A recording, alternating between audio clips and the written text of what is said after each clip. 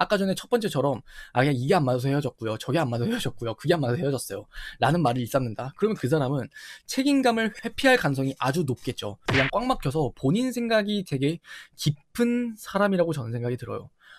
구독, 좋아요, 알림 설정까지 감사해요. 여러분이 남자를 봤는데 그 사람이 진짜 괜찮은 남자인가 아닌가를 한눈에 알아볼 수 있는 방법이요. 가장 먼저 여러분이 보셔야 되는 거는 그 사람이 여러분에게 얼만큼의 관심을 가지고 바라보느냐, 대하느냐를 보시면 돼요. 여러분들도 만약 그 사람에게 관심이 있다라면은 이 남자는 뭘 좋아할까? 이 남자는 어떤 여자를 좋아할까? 이 남자가 관심 있어 하는 건 뭘까? 내가 무슨 이야기를 해야 되지? 등등 굉장히 복잡해지고 내가 잘 보이기에 좀 급급하실 거예요. 사실 이거는 여러분뿐만이 아니라 모든 사람이라면 전 그런 것 같아요. 정말 괜찮은 남자라면은 내가 여러분에게 어떻게 어필하고 어떻게 보여줘야 될까가 아니라 여러분은 뭐에 관심을 가질까에 집중을 한다라고 생각해요. 자, 여기서부터 시작되는 그 과정을 말씀을 드릴게요. 여러분은 어떤 남자가 좋은 남자라고 생각하시나요? 여러분의 감정을 잘 공감해주고 여러분의 감정을 잘 헤아려줄 수 있는 사람, 여러분과 티키타카가 될 수 있는 사람을 좋아하실 거예요. 그 안에는 뭐가 있어야 되죠? 여러분에게 관심이 있어야 된다는 거예요. 여러분이 그 남자를 처음 만났을 때 그 남자가 뭐 이런 이야기 저런 이야기 되게 재밌는 이야기 등 여러분을 웃기려고 할 수도 있고 여러분에게 관심을 끌려고 할 수도 있고 그 남자가 좀 어그로를 끌 수도 있어요. 그죠? 근데 그런 어그로를 끄는 게 아니라 여러분은 어떤 거에 관심을 가지는지 여러분에게 좀 집중을 한다라는 거죠. 만약 여러분과 제가 소개팅에서 처음 만난 자리라고 예를 들어봐요. 그리고 제 스스로 그냥 나는 괜찮은 남자라고 할게요. 그러면은 나는 여러분에게 관심을 끌기 위해서 어그로를 끌기보다는 저는 여러분들이 입었었던 룩 코디라던가 아니면 여러분들의 헤어스타일 아니면은 여러분의 뭐 네일아트 같은 거 여러분이 조금은 이제 관심이 있어 할 만한 주제를 가지고 이야기를 이끌어 갈 것 같아요. 네일아트 되게 좋아하시나 봐요. 네일아트 되게 잘 어울리세요. 이게 여러분들은 그냥 멘트 아니야? 라고 말씀은 하실 수 있지만 그 첫 마디가 전 진짜 중요하다고 생각해요. 그 남자가 정말 괜찮은 남자라면은 내 스스로가 여러분한테 마음을 사기 위해서 어그로를 끄는 게 아니라 여러분에게 관심을 가진다라는 거예요. 그러면은 그 정도도 분명히 달라질 거예요. 그 사람이 진짜 그냥 괜찮은 척을 하려는 남자일 수 있어요. 그쵸? 그냥 이제 제 영상을 보고 나서 이렇게 어줍잖게 배워갈 수도 있단 말이에요. 그러면은 여러분이 두 번째로 이제 체크를 하셔야 될 건 뭐냐면은 얼마나 섬세한가요? 그거는 그 사람을 만나면서 당연히 이제 조금 대화를 해봐야 알겠죠. 정말 괜찮은 사람은요, 내가 봐도 괜찮고 남이 봐도 괜찮고 그 사람이 봐도 괜찮고 누가 봐도 괜찮아요. 그리고 그런 사람의 공통점은 굉장히 섬세하게 남을 잘 배려를 한다는 거죠. 결국 괜찮은 사람이 된다는 건 차별성이라는 거예요. 차별성. 남들도 어느 정도 섬세하지만 그 사람들보다 더 섬세한 사람은 당연히 괜찮은 사람이 될 수밖에 없죠. 그러면은 그 사람이 섬세한 사람인가 아닌가를 어떻게 알 수 있느냐? 그냥 센스 하나만 보시면 돼요. 여러분과 진짜 티키타카가 잘 된다던가 아니면은 여러분의 플레이트 같은 거 있죠. 접시를 놓아줄 때 그냥 사소하게 냅킨 같은 걸 좀 챙겨준다던가 하는 진짜 센스 같은 거, 굳이 놓치고 지나가도 될 법한 것들을 사소하게 챙겨준다. 그러면은 저는 그 남자가 굉장히 섬세하니 괜찮은 남자의 가능성이 아주 높다라고 생각을 해요. 그러면 여기서 우리 두 번째로 문제가 하나 발생해요.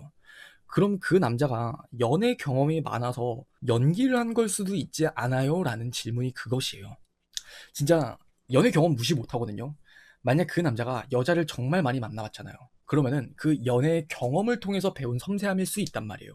쉽게 이야기를 하면은 진짜 괜찮은 남자가 아닌데도 불구하고 섬세함, 그 섬세함을 여자가 좋아한다는 걸 아니까 습득을 한 케이스일 수 있단 말이에요. 그럼 여러분은 이걸 거르기 위해서 뭘 봐야 되냐? 그 사람의 책임감을 보시면 돼요. 책임감.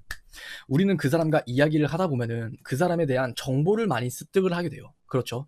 그 사람은 뭘 좋아하는지, 뭘 싫어하는지, 어떨 때 즐거워하는지, 어떨 때 즐거워하지 않는지 등 많은 것들을 우리는 습득한단 말이에요. 근데 여러분들이 그런 거를 듣고도 그냥 좋은 남자인가 아닌가를 판단하지 못하는 거는 그냥 생각 없이 들었기 때문이에요. 근데 그 생각에 책임감이라는 걸 조금만 필터를 씌워서 그 사람을 바라보는 거죠. 책임감을 체크할 수 있는 거는 굉장히 다양해요. 제가 늘 여러분께 말씀을 드리지만 그 사람이 직업을 조금 이것저것 많이 하면서 이직을 좀 오래 일삼았어요. 그럼 물어봐야죠. 뭐 때문에 그렇게 이직을 많이 했었냐고. 그럼 그 사람이 그냥 이것도 안 맞고 저건 나랑 이것도 안 맞는 것 같아요. 저건 나랑 그래서 안 맞았고 저건 그래서 안 맞았어요. 뭐 물론 정말 안 맞을 수도 있지만 무조건 이 핑계 저 핑계 그 핑계를 알면서 그렇게 이직을 일삼는 사람은 그렇게 책임감과는 거리가 좀 먼 사람이라고 저는 말씀을 드리고 싶어요. 그리고 두 번째, 친구들과의 교우 관계도 마찬가지예요. 그 사람한테 유신 씨는 친구 관계가 어때요? 라고 그냥 물어보세요. 그러면은 그냥 되게 원만하니 되게 그냥 친구 많이 만나고 잘 사귀어요. "아 진짜요? 그러면은 고민 같은 것도 친구들이 많이 이야기해요?" 라고 이제 이야기를 하는 거죠.